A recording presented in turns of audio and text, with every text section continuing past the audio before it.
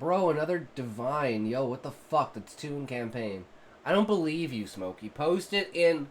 post the drops in the fucking, Discord, bro. I spent nearly 4 months scouring Publishers Marketplace, looking for all the books that had just sold. Most of these books won't be published until 2025. Oh, shit. It freaked out! Some won't even be published till 2026. In the end, I read more than 1,000 book descriptions. It was truly eye-opening, and it forever changed the way that I think about book concepts and marketability and how to get a book published. I want to pass on 6 super helpful tips for writers that I learned during this process because I think it will massively help you in your writing career. Number 1, brand yourself. Brand yourself. No, not like that. Not like that. Is usually the first thing listed in the publisher's marketplace. That's because agents and publishers want to know who this author is and why they deserve to have a book published. What that means is you need to work on making yourself sound like a somebody rather than a nobody. So here are some common ways that authors were pitched as being the type of person who deserves to have a book out. 1. Author of a previous book. Obviously, this doesn't help you if you haven't written one yet, but once you do have a book out, it really helps to stand on that platform. 2. Expertise in another field. Podcaster, YouTuber, stand-up comedian, environmentalist, TikToker, historian, chef, singer. Any experience that you have in a different field ends up making you seem like the type of person who has the expertise to publish a book. 3. Any award or residency that you've had. These are often used as justification for, hey, this person deserves I won first place and I have a trophy that says sex on it. If you have, you can list that. Now, if you don't have any marketable identity, that's fine. That's fine. You'll just go into the debut authors category. And people don't expect debut authors to have a long track record, so it's perfectly fine. 2. Perfect your pitch. I cannot emphasize enough that this is the most important thing in your book. The pitch is the most important way to get an agent, the most important way to get a publisher, and Wait, I don't know anything about anything. I just do research. Same, Callie, but I just don't remember. the most important way to get readers. If you cannot make me want to read your book in a single sentence, then either you've written a bad book or you don't know how to pitch. My advice would be to take your pitch and to practice it on dozens of strangers and friends. And pay very close attention to their reaction. Do their eyes light up? Are they like, oh? Yeah, most people are like, oh, wow, that's fucking cool. Cool, yeah, I like it. It's neat. So I think the main pitch is like a lone human in a world on the verge of war. The Beastman army is gathering as the technology of the past comes to confront the magic that has overtaken the land. Something along those lines.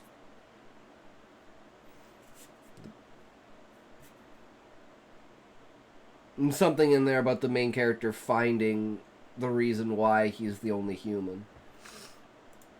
I really want to read that. Or do they politely say, oh, that's interesting. Wah, wah. You want to practice that pitch again and again and again until you get it to the point where every single person is giving you positive feedback. Here's the basic formula for a pitch. Premise plus promise of conflict. For an example, let's look at the 3 Lies of Kate Kay. Here's the premise. An elusive, mega best-selling author has kept her real identity a closely guarded secret. And now here's the promise of conflict. Until she receives a letter that upends everything she thought she knew about her past. This is wonderful. We have mega fame, we have secrets, and we also have an inciting incident. A mysterious letter that arrives and destroys her life as she knows it. For a second example, let's look at... Well, that's pretty much what happens to my character. He finds the calm pearl, and now he finds out that he's going to be accused of murder for something that he didn't do. And then he has to leave his home and seek out his friends of the past in order to prove his innocence. All the while, the Adventurers Guild, he's the leader of the Adventurers Guild in a branch of the government. So he's kind of fucking important.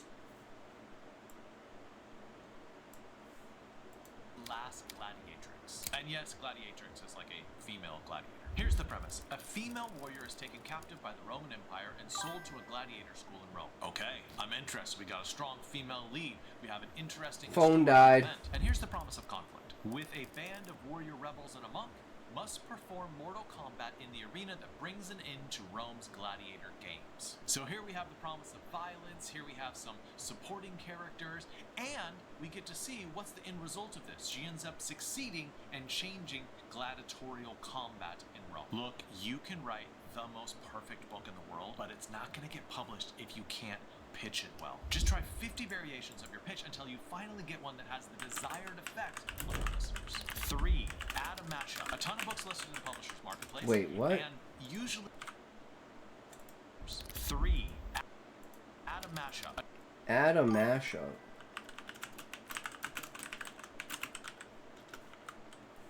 I'm a bitch. True, Smokey, me too.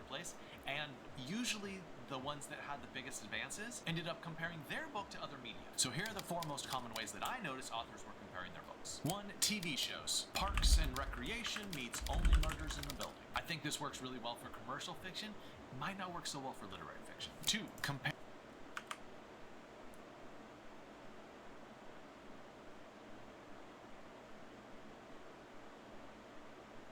I'm not. I think this don't works understand. really well for commercial fiction. Might not work so well for literary fiction. 2. Compare 2 other authors. For fans of Frederick Bachman and Matt Haig. This works really well because if the agent or the reader knows one of those authors and likes one of those authors, they're immediately interested in your book. Number 3. Blessed is a What if bitch. Jack Blessed. Reacher had a baby with Johnny Rotten? There's a little bad boy element there. There's a little bit of promise of violence. I mean, that book sounds fun. And 4. Famous references. A contemporary retelling of Korea's Romeo and Juliet. Immediately gives you a sense that this is romance and there's going to be star-crossed lovers. And a mashup like this, it doesn't even matter if it doesn't get into the publisher's marketplace listing. If you list it on the back of the book, it's going to help readers get interested in the book. But my recommendation is to be as specific as possible and don't choose books that are too popular. Harry Potter meets Divergent is probably something that agents sort of have heard 1,000 times. And Tell this guy to stop being a know-it-all. Shut the fuck up, Blessed. You're a know-it-all. We're trying to learn from him. Of course we want him to be a know-it-all. He's great at what he does. A new mashup that feels fresh and original. 4.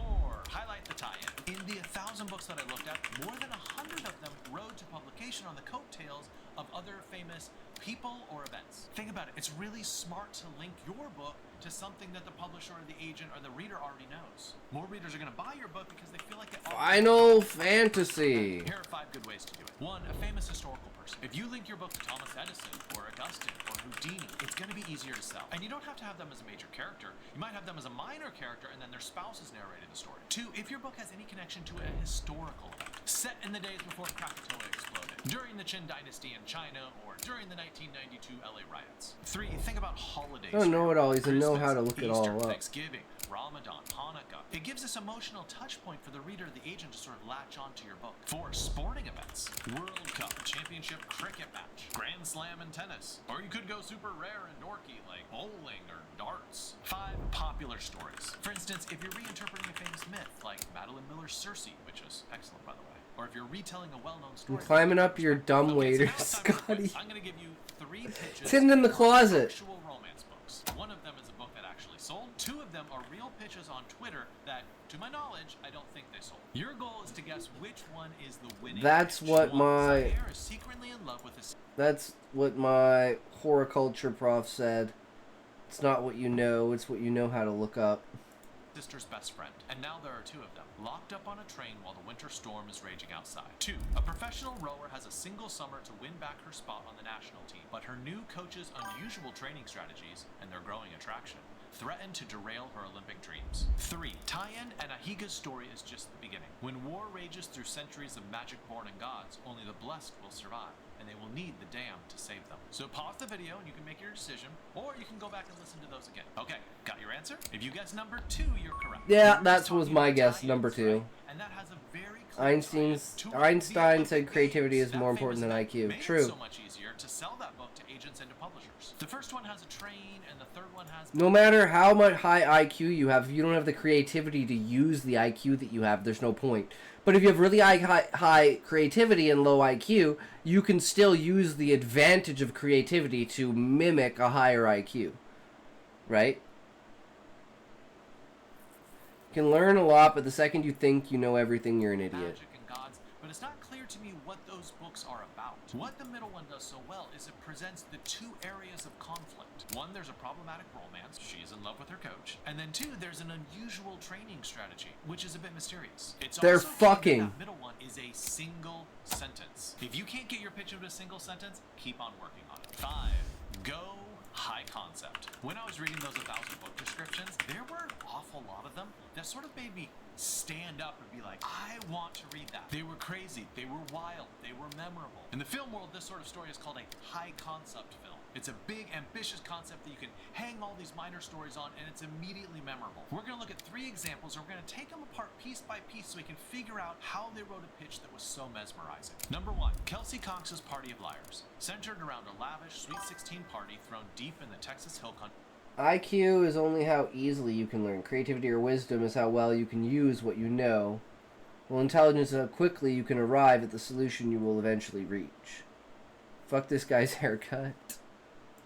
At a mysterious estate, where everyone is invited in, but not everyone will get out alive. For starters, there's a great tie-in. Sweet 16 birthday party. That is an event. Then we also have wealth, right? It's a lavish party. We have a mysterious estate, which makes us wonder what's going on there. And the stakes are super high. People gonna die. Number 2.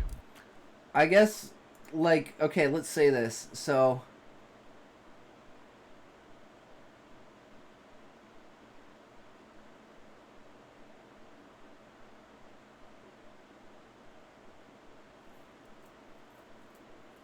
you know how big C and little c? Sean? How do I say this? Like, on the eve of the inauguration, Husai finds a calm pearl blackmailing him for the murder of his assistant.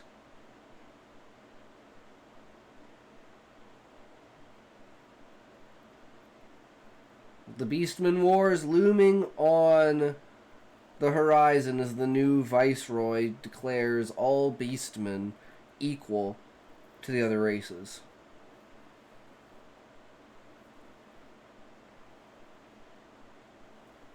Allowing them to enter the tree and become adventurers. But Fafnir is gathering the forces in the darkness. I don't know. Meg Serena's Annapurna, in which a woman returns to mountainous Nepal 20 years after her best friend fell to her death there on a post-college trek, both to honor her friend's memory and confront long-buried secrets and the mysterious circumstances of the death. What makes this high concept? 1, it's adventurous, right? We have traveling to Nepal. That's exciting. 2, we have a mysterious death of her best friend. And there's 2 very key words in this pitch. It's secret and mysterious. Both are very, very loaded terms. And number 3, Isabel J. Kim's debut, Sublimation, a literary speculative thriller set in a version of our world where instancing splits a person into 2 distinct copies when they cross a country's border.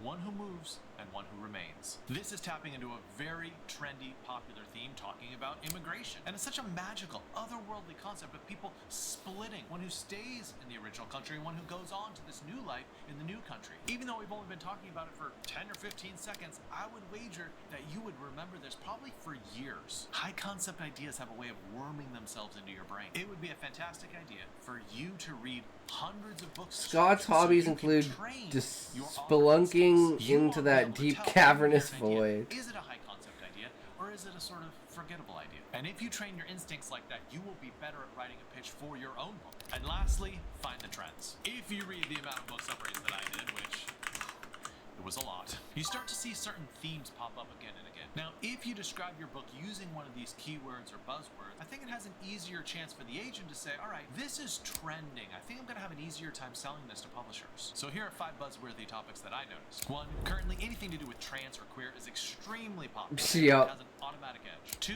artificial intelligence is pretty hot right now, as you can imagine. It used to be AI was just for sci-fi, but, you know, ChatGPT is in all of our lives now. 3, climate fiction is hot, hot, hot right now, pun intended. Anything environmental or climate related has a fantastic chance. There's even a genre called cli-fi, which refers to climate fiction. 4, books set in foreign countries, or about immigration, or about minority communities, are reliably popular. And 5, anything to do with race or racism has an Yes! There was a ton of We have a racism card, guys! We get to pull the racism card! Because our book, like, the whole point of it is, like, the difference in species. And shit like that. So we have at least one of them. It's about racism. Heavy metaphor between all of the different species. So new area of culture equals popular genre. Away. Now, it's usually a bad idea to try to follow a trend, because by the time that you're done writing the book, yeah, the trend could be finished. Yeah. But sometimes you just need to unearth what's already inside your book so you can frame it in a way that makes it easier for the agent to sell. Okay, yeah. So now I need to take a break from Publishers Marketplace because my eyes are like glazing over and I've just gone through. Green card would be an awesome card in the game. Sorry, it sends you back home. Sorry!